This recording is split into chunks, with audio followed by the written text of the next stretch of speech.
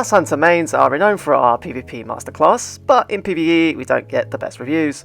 Today I'm going to showcase a build that is not only just fun, but a complex one that mixes Charge with Light mods and Elemental Well mods. Hopefully this makes us a little bit more relevant in PvE. One can only try, ladies and gentlemen, at the end of the day. This build focuses on grenades and taking down Overload champions in endgame content, and is excellent at ad clearing. Having trouble taking down those teleporting Overload champion bastards? I've got you covered. Make sure to leave a like for that YouTube algorithm and subscribe if you haven't already. Okay, let's get the show on the road. Subclass we are focusing on is Bottom Tree Arcstaff. We are going to be looking at a couple of important aspects of this tree, plus what grenades to use. Focus breathing, dodge recharges while sprinting, this will come in handy later in the video. Combat meditation, grenade abilities recharge faster when critically wounded, allowing faster grenade regeneration. Then the grenades we want to use are skip grenades, and the dodge we want to be used is marksman dodge for that instant gun reload. Why? All will be revealed throughout the video, so stay tuned. If we are using a build focusing on skip grenades, there is only one exotic you should be using, Shinobu's Vow. It's not only giving you a second grenade charge, it also improves your grenade by giving it enhanced tracking and duration, plus damaging opponents returns grenade energy, a very solid exotic. Some of the seasonal mods synergize very well with this. For example, Impulse Recycler. Getting kills returns grenade energy. Slotting two of these enhances the ability, but we need the other slot to take down Overload champions. More of that to follow. We also have Ashes to Assets, which returns super energy when getting kills with grenades. So for now we have damaging opponents and getting kills with grenades returns super and grenade energy, nearly guaranteeing you your grenade back as long as you don't miss. I can hear Lord Shax's words in my head right now. You didn't throw enough grenades.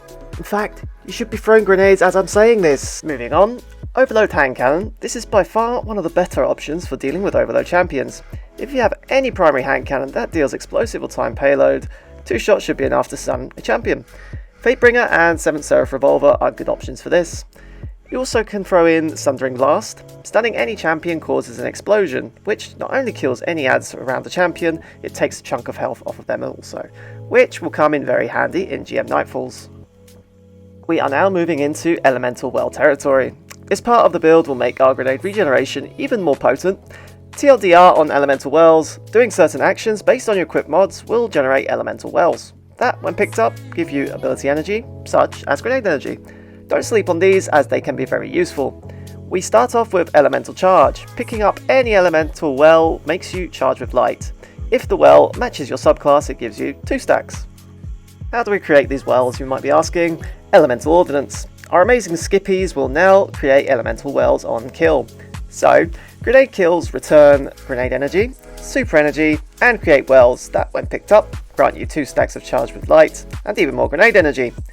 To take maximum advantage of the stacks, we are going to use the Solar Supercharge mod that grants us an additional 2 slots of charge with light, making us able to carry 4 stacks in total.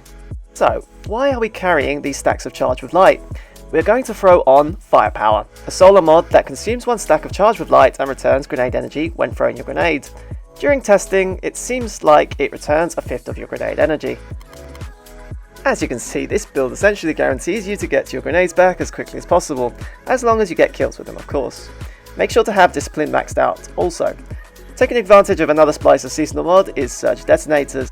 This mod grants your arc grenades the ability to stun Overload champions, giving you the perfect anti-overload build.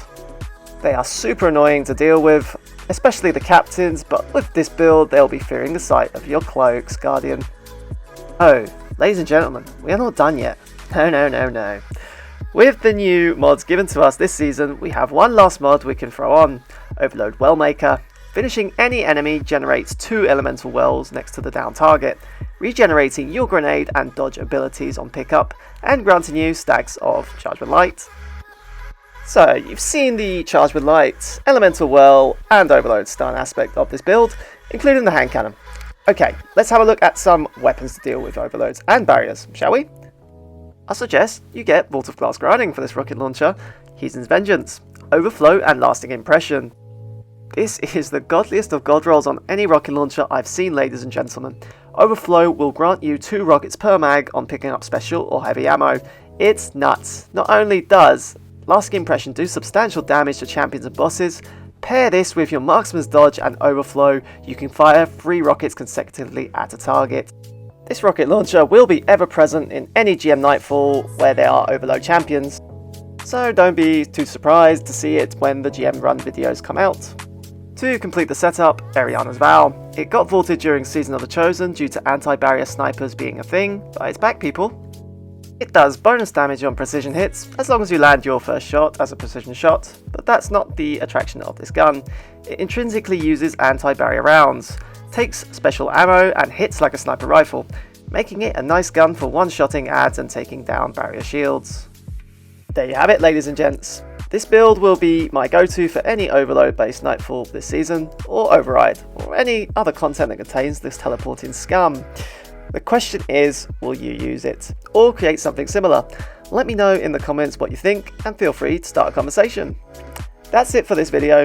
A gentle reminder to subscribe and leave a like to help out the channel. We are growing on a daily basis, and once we hit 300 subs, I will take some time out to stream a solo Flawless Shattered Throne dungeon run. Some of my clanmates have done it already and gave me the idea to stream it.